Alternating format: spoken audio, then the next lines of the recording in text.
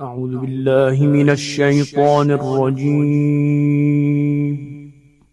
بسم الله الرحمن الرحيم. تبارك الذي نزل الفرقان على عبده ليكون للعالمين نذيرا. بسم الله الرحمن الرحيم. إن الحمد لله نحمده ونستعينه ونستغفره ونعوذ بالله من شرور أنفسنا ومن سيئات أعمالنا. من يهده الله فلا مضل له ومن يضلل فلا هادي له. أشهد أن لا إله إلا الله وحده لا شريك له وأشهد أن محمدا عبده ورسوله ثم أما بعد. Tafsir sabağımızda ulantабыз. Tafsir sabağımızdan biz Buruç сүресінің tafsirin оқып жатқанбыз. Аллах Тағаладан жардам сұраған авалда мына ушул сүрөдөн келип токтогон аяттан окууну андан ары улантабыз. Кал Аллах азза ва жалла: "Инналлазина аману ва амилус-салихати лахум джаннатун тажри мин тахтихал-анхар, заликал фаузул кабир." Чындыгында Аллахка иман келтирген жана салих амалдарды жасаган пенделерге алардын астыларынан агып туручу бейиштер уада кылынды дейт. Астыларынан дарыялар агып тура турган бейиштер, жаннат, ошол бактары, бейиш уада кылынды. Мына ушул өтө чоң жеңиш. Пенде үчүн, момун киши үчүн бул жашоодо баарынан кымбат нерсе, эң улуу нерсе, эч бир нерсеге алмаштырылган нерсе бул ошол пенденин Аллах жанын элчисине болгон ыйманы.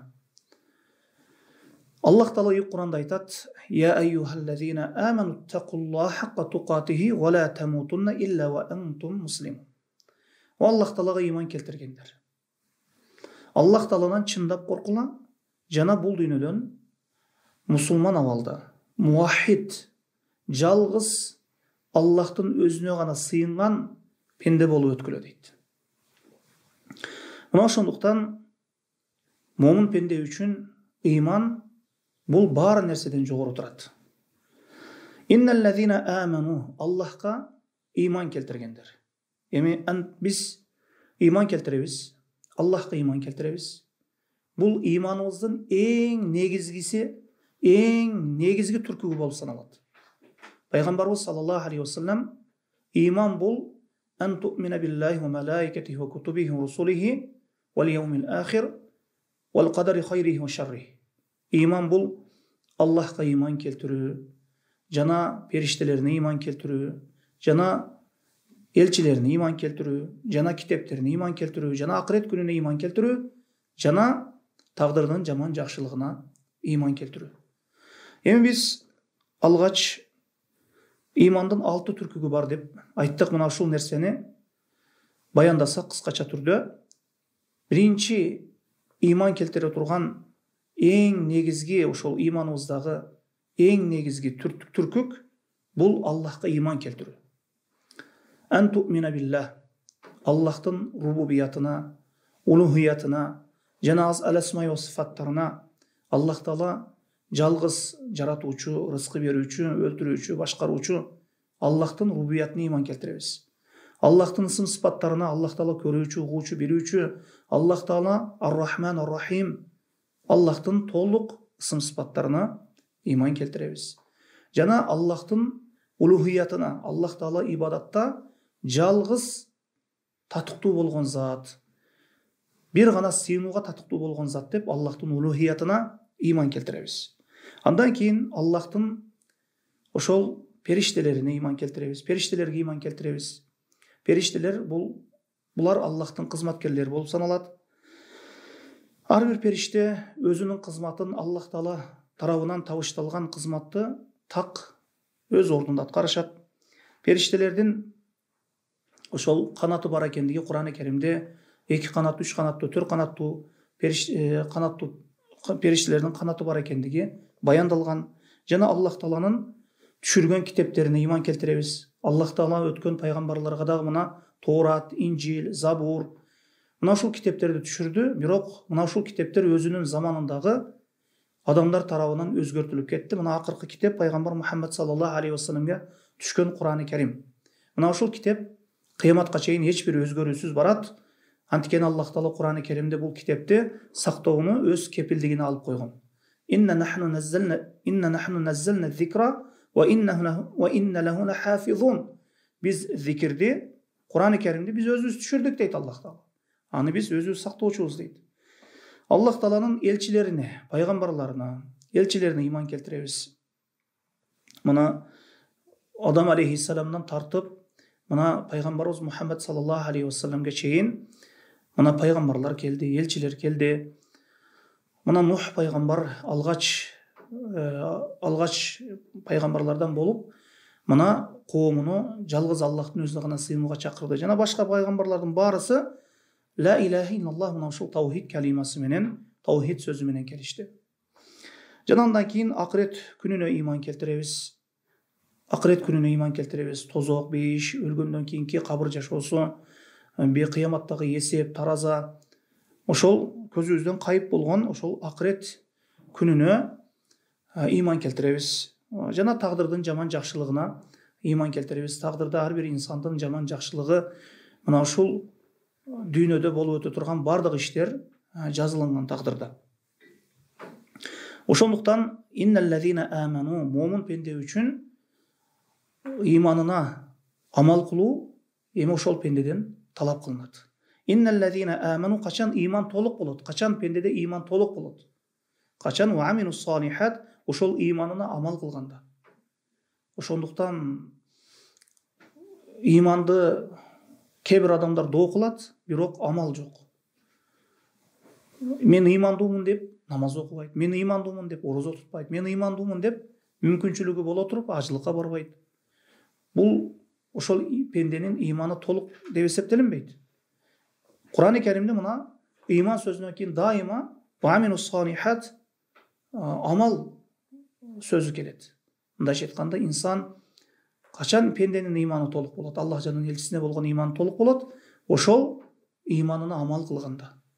Ошол инсан көрүнүш керек, ал ошол пенденин жашоосунда амал көрүнүш керек. Аллах Таала буйрган буйруктарды аткаруу керек, кайтаргандан кайтуу керек. Мына ушул иманына амал кылган пенделерге Аллах Таала даярдап коюптур. Астыларынан агып туруучу, дарыялар агып туруучу бейиштер даярдап койду дейт. Бул өтө бир чоң бир фазилет. Бул Аллах ода кылган нерсе, бул чындык, акыйкат. Имандуу пенделер, иманына амал кылган пенделер, салих амал кылган пенделер эртең ошол бейишке кирген кезде ошол бейиштерде астыларынан дарыялар агып туруучу бейиштерде эс алып, ошол жерде түбөлүккө жыргап жашашат. Мына ушул нерсе өтө чоң бир фазилет. Биз буга аракет кылуу керек. Бейишке жетүү бул жөн эле иманым бар, жүрөгүм таза деп коюу менен жетпейт инсан. Анын амалы болуш керек. Кур'ани Каримде Аллах Таала лайса би аманиюкум ва аманиил китаб. Бейишке кирүү ахли китептин да кыял эмес. Силердин да кыялыңар эмес дейт. Арзу кыялдар менен бейишке кирүү мүмкүн эмес. Ошондуктан инсан качан иманына амал кылган кезде, Аллах буйрган буйруктарды аткарган кезде, Аллах буйрган парыздарды аткарган кезде, ошондо пенде бейишке жетет. Болбосо мен имандуумун, жүрөгүм таза деп ошол пенденин жашоосунда амал болбосо, ал бейишке жетпейт андай инсан. Андай инсанды иманы толук деп эсептелинбейт. Эми Аллах Таала бизден көп нерсени деле талап кылган жок. Аллах Таала мына динди жеңилдетип берди. Ар бир инсан мүмкүнчүлүгүнө жараша ибадат кылат. Инсан үчүн, пенде үчүн шариятыбызда бардык жеңилдиктер каралган. Мына ошондуктан инсан аракет кылуусу керек. Кээде инсан бир жакшы, бир кичине бир көзүбүзгө кичине бир көрүнгөн бир сооп иш дагы эгер ыхлас боло турган болсо ошол нерседе бейиш менен сыйланып калуубуз мүмкүн. Ал эми жаман бир сөз, эгер ошол сөзгө, ошол амалга Аллах наразы болуп кала турган болсо, пенде тозок менен сыйланып, тозокко татыктуу болуп калышы мүмкүн. Мына ошондуктан инсан тилине этият болуусу керек. Innellezine amenu ve amilussalihati lehum cennatun tecri min tahtiha al-enhar zalikel fawzul kebir. Эми амал кылганда риясыз, кожо көрсүн, кожо уксун деген риялар аралашып кетпеш керек. Биз ким үчүн намаз окуп атабыз? Аллах үчүн намаз окуп атабыз. Биз ким үчүн орозо тутабыз? Аллах үчүн. Адамдар үчүн эмес. Же баланчы үчүн эмес. Инсан Аллах үчүн руку кылат, Аллах үчүн сажда кылат, Аллах үчүн ибадат кылат. Кыямат күнү Аллах Таала рия кылган ошол жакшы иштерине адамдар үчүн кылган пенделерди кыямат күнү алып келип, баргыла ошол кимге рия кылган болсоңор, дүйнөдө кимге кожо көрсүн, кожо уксун кылган болсоңор, ошол пенделерге барып, ажыр сыйлыктарыңарды, соопторуңарды ошолордон талап кылгыла дейт экен. Мына ошондуктан инсан амалы чоң көлөмдө болсун же кичине көлөмдө болсун, амалы чоң болсун, кичине болсун, айырмасы жок. Негизи кайсы бир иши ixlastуу боло турган болсо, калыс Аллах үчүн боло турган болсо, Аллах кабыл алса, алхамдулилля, Аллахтын мээрим ырайымы кенен чексиз ошол пендесин бейиш менен сыйлап коет. Эми инне батша роббике лашадид, чындыгында Раббиңдин азабы алуусу каттуу дейт. Аллах Тааланын азабы каттуу. Мына ошондуктан инсан мен ыйманым бар деп эч бир амал жок эле анан өзүн тынчтандыруусу болбойт. Инне батша роббике лашадид. Аллах Таала капырларды кандай азаптап койду? Биз мындан ибрат сабак алуубуз керек. Мына Кур'ан-ы Керимде өткөн коомдорду Аллах Таала пайгамбарларына тоң моюнду кылган, текебир болгон коомдорду кандай азаптап койду? Кандай азап менен алып койду? Азыр деле кээ бир залымдарды Аллах Таала кандай азап менен алып атат? Биз мындан ибрат алуубуз керек, сабак алуубуз керек. Аллах Тааланын кармоосу, азап менен кармоосу өтө каттуу болот. Иннаху юбди ва юид. Чындыгында Аллах Таала алгач болуп жаратуучу жана кайтаруучу. Эми Аллах Таала бизди жаратты, кайра бизди ушул абалыбызга дагы кайра кыямат күнү келтирет. Аллах Таала бардык махлуктарды нөлдөн баштап, жоктон бар кылган зат. Ал эми кайра ошолорду дагы кайтарып коет. Аллах Таала ошол жоктон бар кылуучу зат жана ошондой эле аларды кайра тирилтип кыямат күнү топтой турган зат. Мындайча айтканда баарыбызды эртең өлгөн кезде Адам алейхиссаламдан кыяматка чейин канча адам өлгөн болсо, канча жаныбарлар, айвандар өлгөн болсо, баарысын тирилтип Аллах Таала кайтарып коет баарысын. Баарысын тирилтип бир жерге жыйнап коет. Бул Аллах Таалага жеңил. Кун фаякун. Аллах эгер бир ишти болуусун кааласа, бол деп коет, болуп калат. Эми ошол Аллах Таала вахул гафурул вадуд. Аллах Таала кечиримдүү, вадуд зат экен. Гафур эми кечиримдүү. Аллах Таала кыямат күнү бир пендесини ошол эсеп кылган кезде сен дүйнөдө баландай күнөөлөрдү жасагансың десе, пенде моюнуна алганда, пенде ойлоп калат экен, эми тозокко түссөм керек деп. Мына ошондо Аллах Таала ошол дүйнөдө жасаган күнөөлөрүмдү мен жашырып койдум дейт. Жашырып койдум дейт. Ал-Гафурдун мааниси жашыруу. Жашыруу. Күнөөлөрдү жашыруу. Ошондуктан пайгамбарыбыз саллаллаху алейхи вассалам ким кайсы бир мусулмандын айып кемчилдигин жашырса, Аллах Таала да анын айып кемчилдиктерин, күнөөлөрүн жашырат дейт. Мына ошондуктан Аллах Таала күнөөлөрдү жашырып коюучу зат. Өзүнүн сүйгөн пенделерин, момун пенделеринин күнөөлөрүн жашырып коюучу зат. Ал-Вадуд деген Аллах Таала жакшы көрөт экен, жакшы көрүүчү дегени. Жана Аллах Тааланы дагы жакшы көргөн момун пенделердин сыпаты. Жана ошондой эле Аллах Тааланын Ал-Вадуд момун пенделерин Аллах Таала жакшы көрөт экен, сүйөт экен. Жана ошондой эле момун пенделер дагы Аллах Тааланы жакшы көрүшөт экен. Мына Аллах Таала Кур'ан-ы Керимде Я юхаллазина аману ман яртадда минкум ан дини фасауфа я'тиллаху биқауми юхиббухум юхиббуна. О Аллахка иман келтиргендер, эгер силер диниңерден кайта турган болсоңор, Аллах Таала мына ушундай коомду келтирип коет. Алар Аллахты жакшы көрүш, Аллах аларды жакшы көрөт, алар Аллахты жакшы көрүшөт дейт. Мына ошондуктан Аллах Таала өзүнүн сүйгөн пенделерин, ыймандуу пенделерин эч качан тозокко таштабайт, отко таштабайт. Ыймандуу болууга эмне жетсин. Эми Аллах Таала Зул Аршил Маджид, улуу арштын ээси дейт. Арш. Аллах Таала арштын үстүндө, Ар-Рахман алал арш истава, Аллах Таала аршқа көтерілді. Эми бұл бүт асман, жер, бүт планеталар бұл Аллахтың курсисінің алдында чөлгө ташталған бір шакек сияқты болып қалады екен. Ал эми курси арштың алдында мына ушундай эле болуп калат. Чөлгө ташталган шакек сыяктуу эле болуп калат. Арш өтө чоң, мына ошондуктан Аллах Таала арштын үстүндө. Фа'алун лима юрид. Эми Аллах Таала каалаган ишин жасайт. Кааласа тирилтет, кааласа өлтүрөт, кааласа күлөт, кааласа Аллах Таала азаптап коет, кааласа ачуусу келет, кааласа сүйүнөт. Аллахка таандык, өзүнүн затына таандык нерсе. Мына ошондуктан Аллах Таала каалаганын жасайт. Эч ким Аллах Тааладан эмне баландай кылдың, түкүндөй кылдың деп сураганга акысы жок, сурай албайт дагы. Мына дүйнөдө мисалы үчүн кээ бир жерлерде канча деген адамдар, мисалы үчүн жүздөп, миңдеп адамдар өлсө дагы эч ким айта албайт, Аллахты эмне өлтүрдүң деп айта албайт.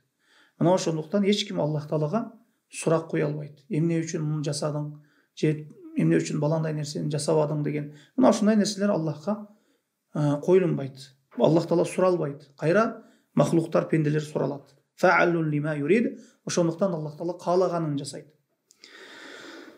Эми кийинки аятта Аллах Таала өткөн пайгамбарлардын коомдору жана өткөн пайгамбарлардын коомдоруна башына келген окуялар тууралуу айтат. Хал атаки хадисул жунуд. О Мухаммад саллаллаху алейхи ва саллям, сага аскерлердин окуясы келдиби дейт. Хал атаки хадисул жунуд. Фирауна ва Самуд. Фираун аскерлердин окуясы келдиби дейт. Жана Самуд пайгамбардын коому тууралуу айтылып жатат. Эми Фираун бул өзүнө ана роббукун а'ла, мен силердин Раббиңермин деген. Өзүнүн заманындагы адамдарга Муса алейхиссаламды Аллах Таала мужизалардан берип, аят белгилеринен берип, Фираунга агасы Харун менен бирге жиберген. Муса алейхиссалам ошол таягын таштаса жыланга айланып калат болчу.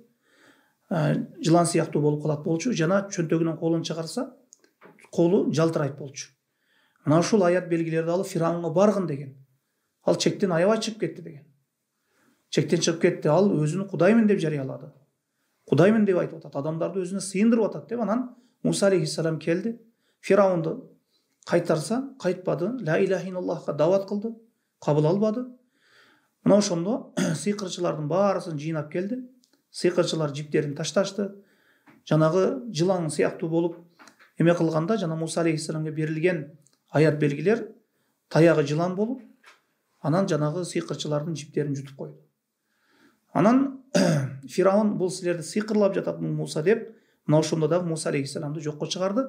Натыйжада Муса алейхиссалам өзүнө ээрчиген ошол Бани Исраил, пайгамбар болуп жиберилген Бани Исраил коомуну алып Мисирден чыккан кезде Фираун өзүнүн аскерлери менен бирге Муса алейхиссаламдын артынан кууп келди. Анан Аллах Таала Мусаны таягы менен деңизге чапкын деди.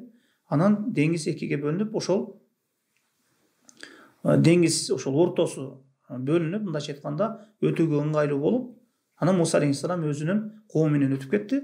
Ал эми анын артынан кууп келген Фираун болсо аскерлери менен ошол деңиздин ортосуна барган кезде чөгүп кетишти, баарысы чөктү. Ошол нерсени Бани Исраилге, ушул окуяны Аллах Таала көз алдында көрсөтүп койду дейт. Хал атаки хадисул жунуд Фирауна ва Самуд. О Мухаммад саллаллаху алейхи ва саллям, сага Фираун жана анын аскерлеринин кабары келдиби, жана Самудтун кабары келдиби деп. Эмне үчүн пайгамбарыбыз саллаллаху алейхи ва салламга бул орунда Фираун жана анын аскерлери эскертилип жатат. Анткени пайгамбарыбыз саллаллаху алейхи ва саллям Маккадан Мадинага ошол хижрат кылып барган кезде Мадинада яхудилердин Бану Кайнука, Бану Надыр, Бану Курайда деген яхудилердин уруулары жашашат болчу. Алар өткөн пайгамбарларга түшкөн ошол Торат, Инжилдерди окушат болчу. Ошондуктан Аллах Таала аларга кабар берди. Жана ошондой эле Аллах Таала пайгамбарына кабар берди. Мына ушул нерсеге даярдык көрүү үчүн.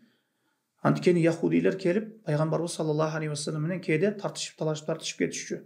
Ошондуктан Аллах Таала пайгамбарына Фираун жана аскерлери тууралуу кабарды берди. Бул тууралуу илимди берди.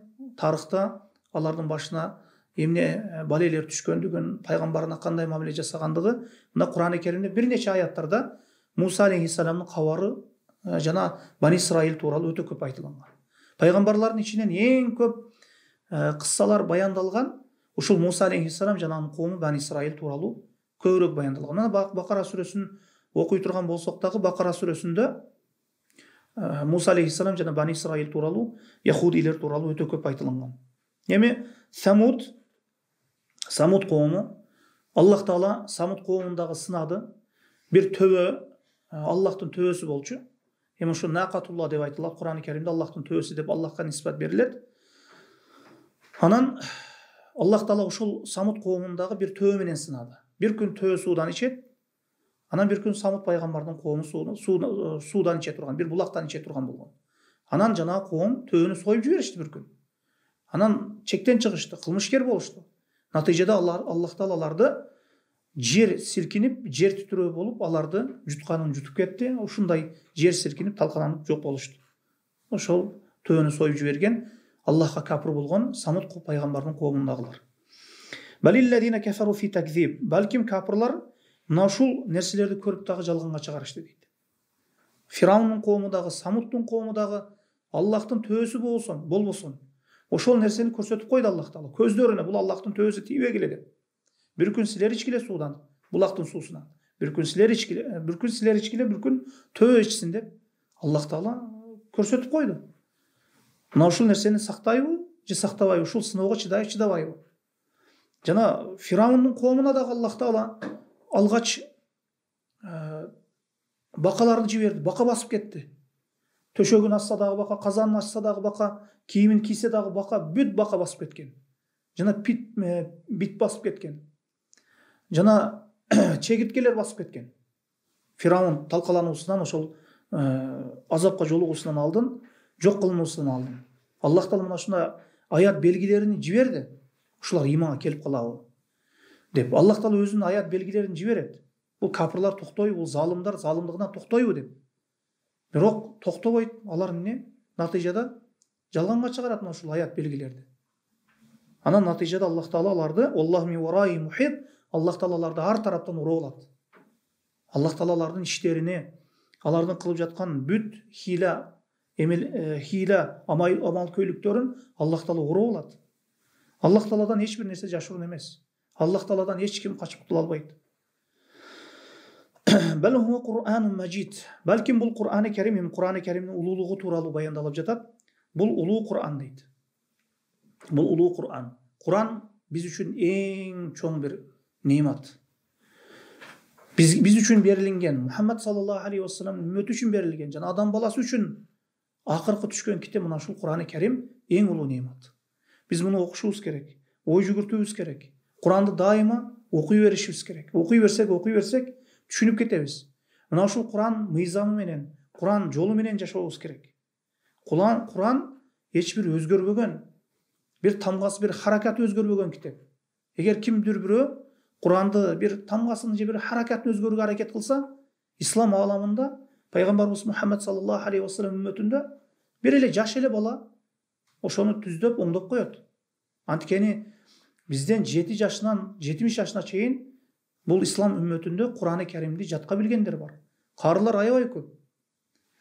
Ошондуктан Аллах Таала мына ушул Кур'ан-ы Керимди Кур'анун мажид, улуу Кур'ан деди. Эми биз Кур'ан окуган кезде биз Аллахтын китебин окуй үйрөнүп жатабыз. Аллахтын китебин окуй үйрөнүп жатабыз, Аллахтын сөзүн үйрөнүп жатабыз деген ушул жаттаган кезде, окуган кезде, аяттарга ой жүгүрткөн кезде мына ушул сезим бизде өтүш керек. Сезим өтүш керек. Мына ушул нерсе жүрөктө болуубуз керек. Мына ошондо биз Кур'андын лаззатын, дамын таткан болобуз. Мына Усман радиаллаху анху айтат да, эгер жүрөктөр таза болгондо Кур'анды кыраат кылууга, Кур'ан окууга тойбойт эле дейт. Ана эми күнөөлөр ошол Кур'ан лаззатыны ошол жүрөккө жетип баруусунан эмне тосуп коет. Бирок инсан Кур'ан окуй берсе, ошол дат баскан темир кандай таза болуп кеткендей, жүрөктү да Кур'ан-ы Керим тазалап жиберет. Жана ошондой эле башка түшкөн ар кандай машакаттардан, кыйынчылыктардан, кая кападан чыгуунун эң бир жолу Кур'ан окуу. Kur'an okugan кезде insan ес алады. Insan нерві өз жайына түседі. Инсан мындай ачууланбай, жинденбей қалады. Жана ақырет бейіш тозоқ туралы ойлана баштайды. Фи лаухин махфуз, мына ушул улуу Кур'ан лаухул махфузда дейт. Лаухул махфуз Аллах Таала ошол жерде жазып койду. Лаухул махфузда Кур'ани Каримде жазып койгон. Эми лаухул махфуздагы жазуу. Мына ушул жазуу бул 4 түрдүү болот экен. Мына ушуну айтып койсок, 4 түрдүү. Биринчиси лаухул махфуздагы жазуу бул өзгөрбөйт. Эч бир нерсеге алмаштырылбайт, же өзгөрбөйт. Бул ошол Аллах Таала мына калемди жаратып жаз деди. Кыяматка чейинки боло турган окуялардын баарысы жазылды. Азыр мына ушул илим мажлисинде отуруубуз дагы жазылган ошол убакытта. Аллах Таала асмандар менен жерди жаратуудан алдын 50.000 жыл алдын, асман менен жерлерди жаратуудан 50.000 жыл алдын жердеги бардык кыяматка чейинки боло турган окуялардын баарысын жазып койду. Эми ошол лаухул махфуздагы биринчи жазуу ошол эч качан өзгөрбөйт экен. Же алмаштырылбайт, өзгөрүлбөйт. Кандай жазылган болсо дал ошондой калат. Экинчиси эненин ичиндеги жазуу.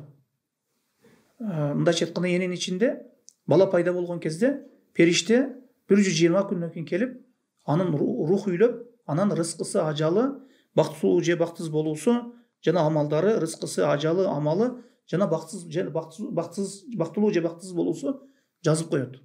Бактылуу же бактсыз болуусун жазып коет.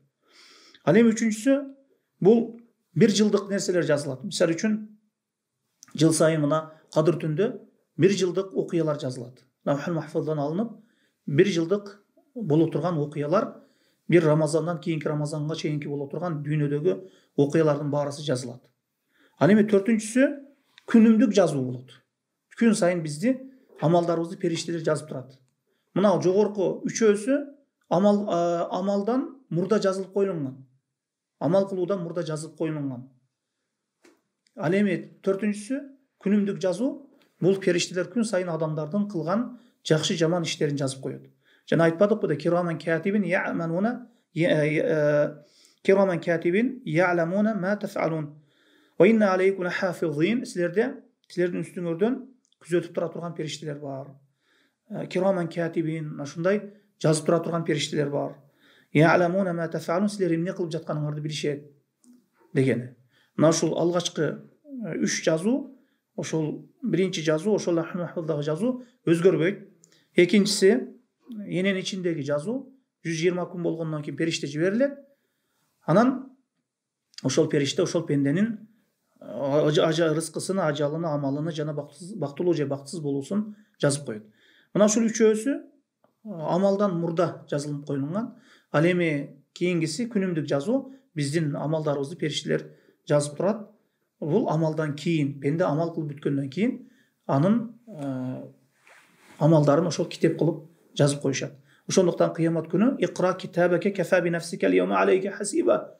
Сен китебиңди окугун, мына амал китебиңди, амал дептериңди окугун, мына ушул сени эсеп кылууда жетиштүү дейт.